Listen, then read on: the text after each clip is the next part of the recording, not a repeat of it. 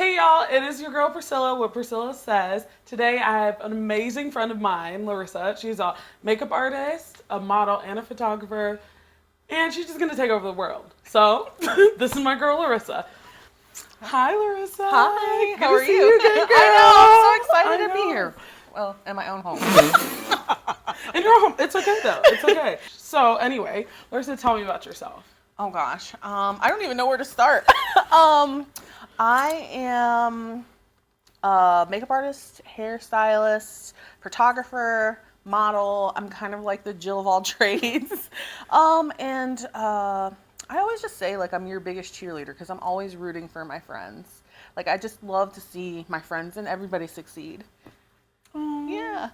You guys, I love her. She's just so sweet. She's so sweet. So when did you start modeling and photography? Like what started it and then how did it create to a jack of all trades? Oh gosh. So I actually started as a cosmetologist first. So I moved to Michigan in 2010, literally the day after my 21st birthday. I came here to go to cosmetology school. After I graduated cosmetology school, I was like in and out of salons, but salon life wasn't for me. It's like way too much drama. So it's like high school. Yeah, High it's school. basically like grown children, you know? Oh, wow. So I started like dabbling in doing hair and makeup for photo shoots. Mm-hmm. And just from there, it like progressed, and I started working for a photographer, and I was doing hair and makeup for her shoots. And then like she would ask me to be behind the camera, and I loved it. I've always been a ham. I'm a girl from the Myspace days. So like Really? yes, I never had a MySpace. I feel so left oh out. my god. MySpace died out when I when I was getting into high school. Okay. So I Like people were doing it, but like it was like Facebook was the thing. You know what I mean? Yeah. But I feel like I missed out on so much of my generation from not being like a MySpace was girl. it. I'm telling you, MySpace you could do your whole profile, you could have music on there. It was Someone's like, that's how you learn how to code. So oh yeah, absolutely. I'm like, I could have learned I could have been coding for years now, absolutely. doing this as a job. Oh my gosh, I didn't even know it was that big of a deal until afterwards. I'm like, oh yeah, I actually coding. know how to do that. But I would have my friends, they would come over and like every weekend we would like get dressed up, do our makeup and hair and everything, and like take pictures for our new profile pictures. So I've always loved being in front of the camera. So cute. I've always loved being in front of the camera. So when the photographer that I used to work for, she asked me to be in front of the camera, I was like, yeah. And then it just like reignited this thing in me. I'm like, oh yeah, I love this. So do you think you prefer photography over modeling? Or like which, if you had to rank them from like 1 to like 10, because you're a jack of all trades, or 1 to like 3, the main ones, if you had to. I really love being in front of the camera, but I also love hyping people up when they're in front of my camera. So it's kind of like I love them equally in different ways, I guess.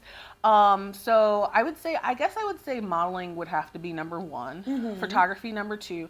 I do love hair and makeup. It's a lot of work though, because I don't work in a salon. I do everything freelance. Yeah. So I would probably place those third.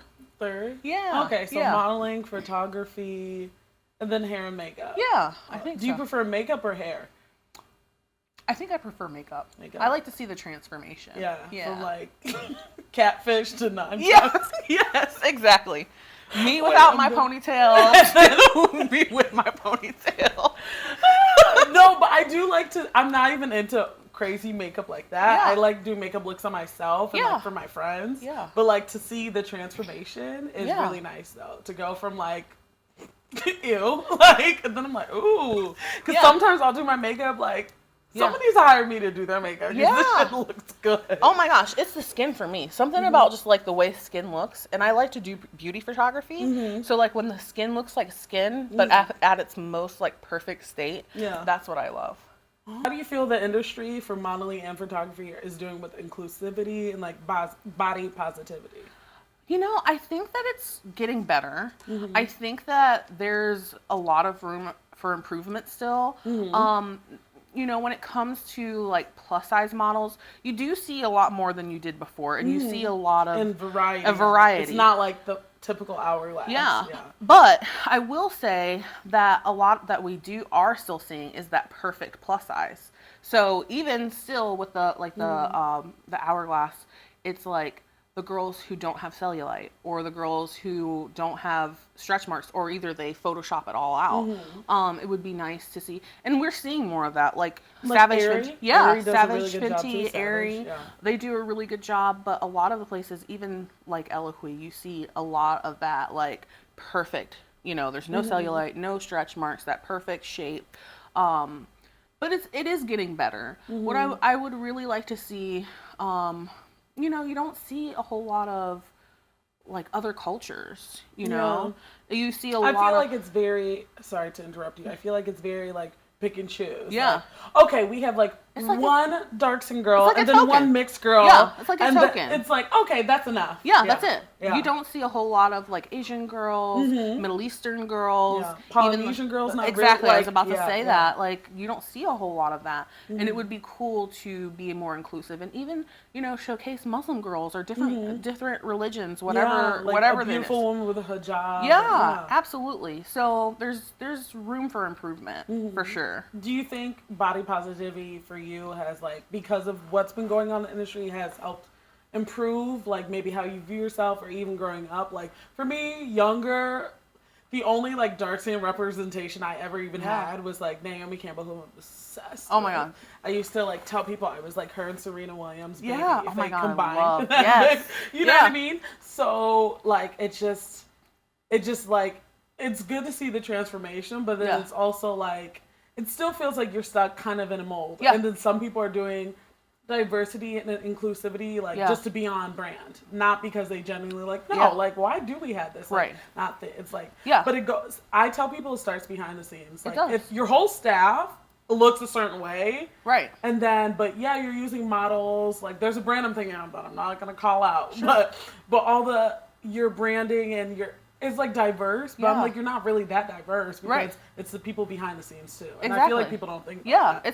It starts behind the scenes. It starts from the beginning, having those people behind the scenes who, just for an example, like I always get so nervous when I go on set, like who's doing my hair and makeup, because not everybody can do hair and makeup, for, and I don't have like super textured hair, but even still, I have curly hair. You don't know how to work with curly hair, then why are you, how are you, like hairstylist? How are you a hairstylist? If you don't have my color in your kit, how are you doing makeup? I actually was doing makeup yesterday for a wedding, and the girl that I was doing makeup on, she is Hispanic, and she had her makeup done previously for another wedding, and they were at a salon, and the girl came out to her and said, "I don't have your color." And she was and like, they were at a salon? And they were at a professional salon setting, and she was like, maybe my color, maybe even a little bit lighter, and they didn't have anything for her. And she left. She felt so disappointed. Like, she had them do the makeup, but she wasn't happy with it because it wasn't her color. Yeah.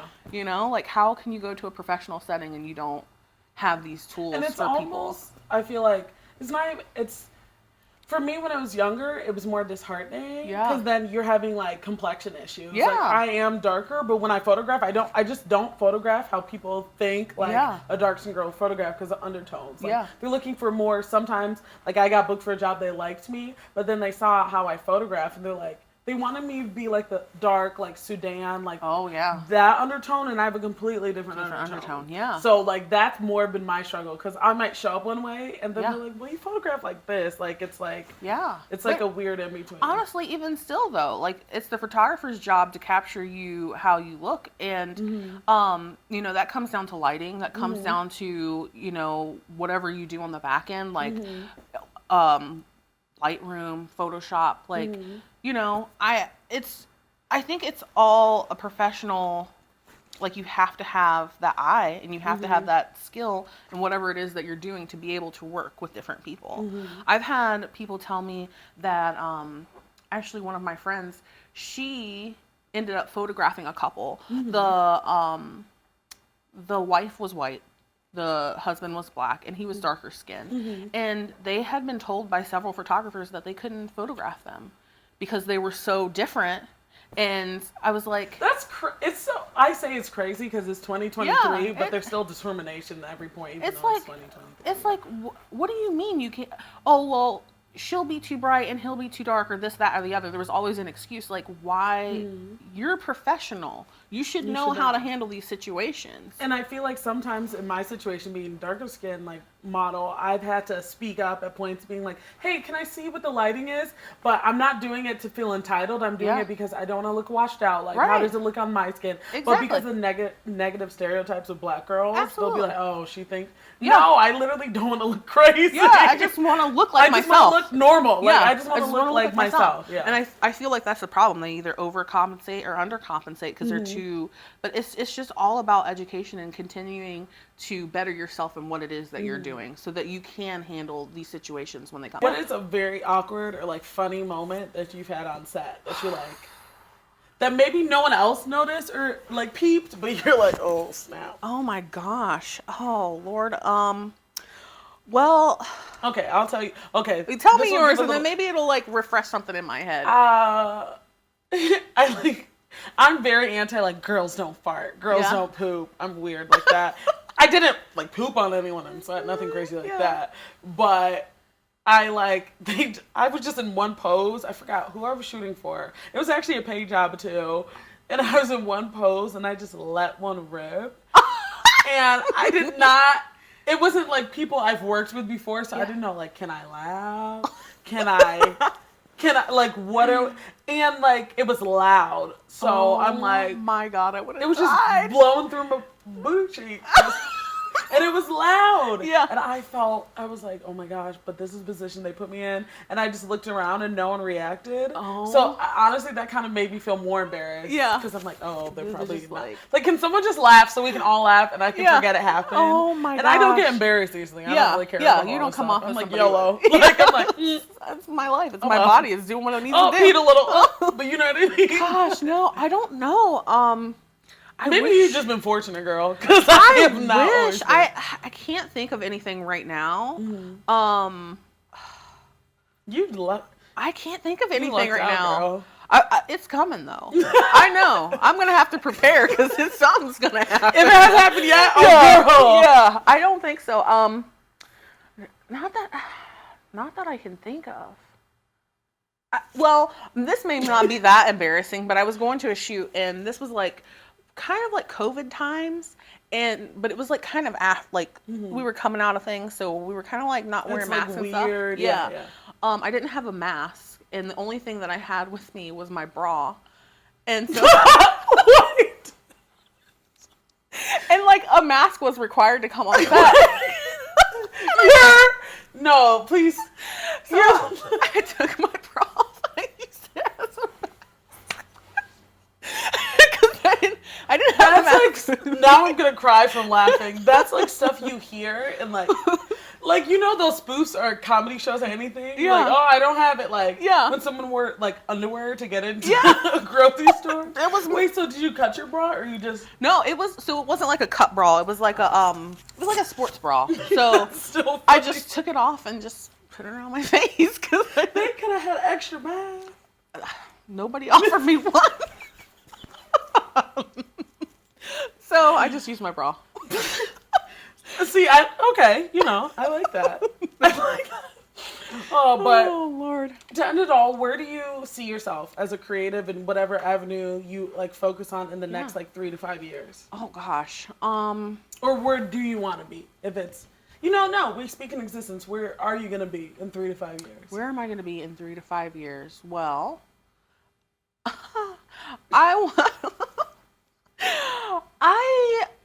I see myself doing something big. I don't know what that is yet. Period. Okay. I don't know whether it will be a modeling thing or if it will be a photography thing. I'm really focusing on modeling right now, and I really want to mentor other models. So something's gonna happen. Yeah, something's gonna happen. Something's brewing. Something's brewing. Something's brewing. I just don't know what it is yet. Hopefully the brewing isn't a fart. A fart on set. Or a poop on set. Now that I would be mortified. I'd be like, I'll leave. Like, no. At least we just fart. I mean, we're not doing poop stories, but I'm so dead. One time I was doing makeup and my stomach just, I was like, oh my God, I gotta go. You know, it's funny right now. when I've got my makeup done, like for anything, and I hear the like makeup artist, she's like, sorry girl. I'm like, girl, it's fine. No. I understand. I was like, oh my God, I was like, I'm gonna die right now. Yeah. And then she wouldn't leave. She wouldn't leave. She just kept talking to me. And I'm like, girl, I need you to go right now. Wait, so you finished, but she didn't even... Oh, I finished as fast as I could, and then she still wouldn't leave. And I was like, if you don't leave right now... You should have just been like, girl... I hugged her like 10 times. She was still talking to me. I mean, that's the plus and the negative of being so nice. And being a talker. And I was like, girl, see please, that's where my bluntness comes in. I'm like, girl, I got it. So, I got it. You can wait, but I don't know how long I'm about to be. But die. Girls don't poop. But yeah. Sorry to bring up another poop story. Wait, that's funny. Oh God, she just would not leave. I was like, girl, please. Oh, I gotta go. Well, you are such an amazing person. Oh, I can't wait to see what happens within the next couple of years. I truly believe like you're gonna conquer the world, girl. We're conquering together. Okay, period. Yeah, we're conquering together. So guys, tune in for part 2 where I take Larissa, make her do a little challenge, see what she got. Nothing to do with farting. Bye.